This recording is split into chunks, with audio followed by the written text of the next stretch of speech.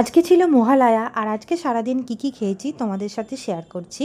প্রথমেই আমি আর্লি মর্নিংয়ে উঠে গেছিলাম, তো 4টে নাগাদ আমি খেয়েছিলাম এই মশালা মুড়ি বিগস ফার্মের।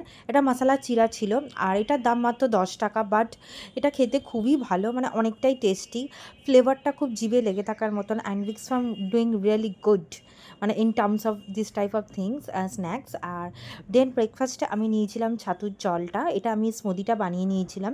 এটা আমি 6টা নাগাদ খেয়েছিলাম, কারণ আজকে অনেক আর্লি মর্নিংয়ে উঠেছিলাম, তো খুবই আমার খিদে পেয়ে গেছিলো সারাদিন। দেন চা আর বিস্কিট নিয়েছিলাম, ওটাও ছিল বিগস ফার্মেরই বিস্কিট। দেন ব্রেকফাস্টে আগের দিনের একটু খিচুড়ি ছিল, ওটা নিয়েছিলাম। আর মিড মর্নিংয়ে দুটো বানানা নিয়েছিলাম। আর তারপরে দেখি বাড়িতে মা ভালো গরম গরম লুচি ভাজছিল মেখে, ময়দা মেখে, তো লুচি নিয়েছিলাম। তো লুচি আমি একটা একটা করে বাটিতে নিয়েও খাচ্ছিলাম, আর তারপরে আমি প্লেটে নিয়েও খেয়েছিলাম। আর আমার মা খুব ভালো লুচি বানায়, আর আমার মায়ের হাতে লুচি ভাল লাগে, দোকানেরগুলো খেতে পারি না, বাট মা তাও মাঝে মাঝে বাধ্য হয়ে খেতে হয়। কিন্তু ভালো ফুলকো ফুলকো লুচি আমার মা বানিয়েছিল, আর আমার খেতে খুবই ভাল লাগছিলো।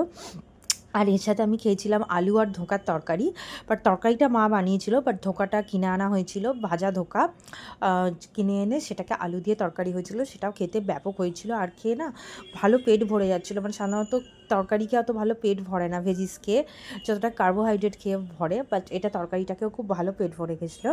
আমি এরকম থালা ভরে, আর এটাই আমি ডিনারেও খেয়েছিলাম। So that's all, like and subscribe for more such comment.